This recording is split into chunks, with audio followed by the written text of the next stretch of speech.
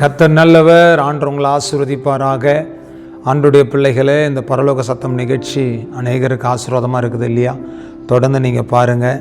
இந்த கிறிஸ்மஸ் நாட்கள் நல்ல மனமகிழ்ச்சியோடு கர்த்தருடைய சமூகத்தில் கர்த்தரை ஆராதித்து ஆண்டு மையப்படுத்தி கர்த்தரை உயர்த்துங்க.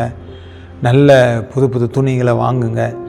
மற்றவங்களுக்கு ஏழை எளியவர்களுக்கு ஹெல்ப் பண்ணுங்கள். உங்களால் முடிஞ்சது கர்த்தருடைய நாமம் மையப்படத்தக்கதாய் செய்யுங்க.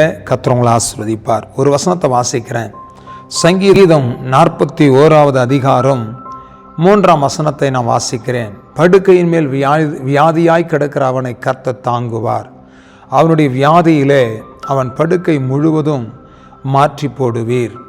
கர்த்தருடைய பிள்ளைகளே, படுக்கையாக இருக்கிறீங்களா? வியாதி படுக்கையில் கஷ்டப்படுறீங்களா? கடைசி நேரங்க, மரணம் தான் முடிவு. அவ்வளோதான், டாக்டரால் கைவிடப்பட்டுட்டேன், மாத்திரை மெடிசனெல்லாம் என்னை ஏமாற்றிடுச்சு, அதில் நான் வெற்றி பெற முடியல, எதுவுமே எனக்கு வழி இல்லை, மரணம் தான் முடிவு, படுக்க தான் என்னுடைய வாழ்க்கை அப்படின்னு சொல்லிட்டு நீங்கள் நினச்சி கலங்குறீங்களா? கர்த்தர் சொல்கிறாரு, படுக்கையின் மேல் வியாதியாய் கிடக்கிற உன்னை கர்த்தர் நிச்சயமாய் தாங்குவார். அந்த படுக்கையிலேயே நீ மடிந்து போக விட மாட்டார். கர்த்தர் உன்னை தாங்கி கொள்ளுவார். வேதம் தெளிவாய் சொல்லுகிறது, தகப்பன் தன் பிள்ளைகளை சுமக்கிறது போல அவர் உங்களை சுமந்து கொள்ளுவார் என்று வசனம் சொல்லுகிறது. பாருங்க, அவனுடைய வியாதியில் அவன் படுக்கை முழுவதும் மாற்றி போடுவீர். உங்களுடைய வியாதியில் உங்கள் படுக்கை முழுவதும் கர்த்தர் மாற்றி போடுவார். இந்த படுக்கையிலிருந்து நீங்கள் வெளியே வருவதற்கு கர்த்தர் உங்களுக்கு உதவி செய்வார். பயப்படாதீங்க. படுக்கை உங்கள் முடிவு நினைக்காதீங்க. தேவ சமூகத்தில் ஆராதித்து கர்த்தரை துதித்து கர்த்தருடைய நாமத்தை உயர்த்தி சாட்சி தான் உங்களுடைய வாழ்க்கைங்க.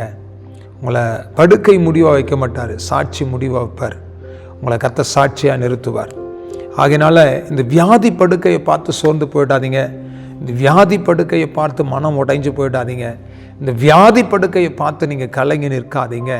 கர்த்தருடைய சமூகத்தில் மன மகிழ்ச்சியோடு கூட கர்த்தரை ஆராதித்து கர்த்தரை கனப்படுத்தி அவரை உயர்த்துங்க. இந்த வியாதியில் கர்த்தர் உங்களை குணமாக்கி உங்கள் படுக்கையிலிருந்து எழுந்து நடக்க, கர்த்தரை துதிக்க, ஆண்டவரை கனப்படுத்த கர்த்தர் உதவி செய்வார். ஜெபிக்கலாமா? ஆண்டுடைய பாதத்தில், பிதாவே, இந்த நல்ல வேலைக்காக உமக்கு நன்றி. இந்த மகன் இந்த மகள் மரணப்படுக்கையில் இருக்கிறதை நீர் அறிவீர். படுக்கையில் இருக்கிற இந்த மகளை இந்த மகனை கர்த்தர் விடுவீங்க சுவாமி.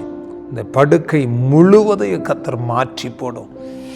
சந்தானா ராகாலாமாசி, அந்த படுக்கையை கர்த்தர் மாற்றுங்க. ஒரு அற்புதம் நடப்பதாக, ஒரு அதிசயம் நடப்பதாக கர்த்தர் விடுவீங்க சாமி. ஹல்லேலூயா. கர்த்தர் பெரிய காரியங்களை செய்யும். கர்த்தர் தொட்டு சுகமாக்குங்க. கர்த்தருடைய வல்லமை வெளிப்படட்டும். ஆசீர்வதியும், பலப்படுத்தும். உங்கள் நாமத்தை மையப்படுத்திக்கொள்ளும். கர்த்தர் கூட இருந்து நடத்துங்க. பெரிய காரியங்களை செய்யுங்க. இயேசு கிறிஸ்துவின் நாமத்தில் ஜெபிக்கிறோம் நல்ல பிதாவே. ஆமென், ஆமென், ஆமென்.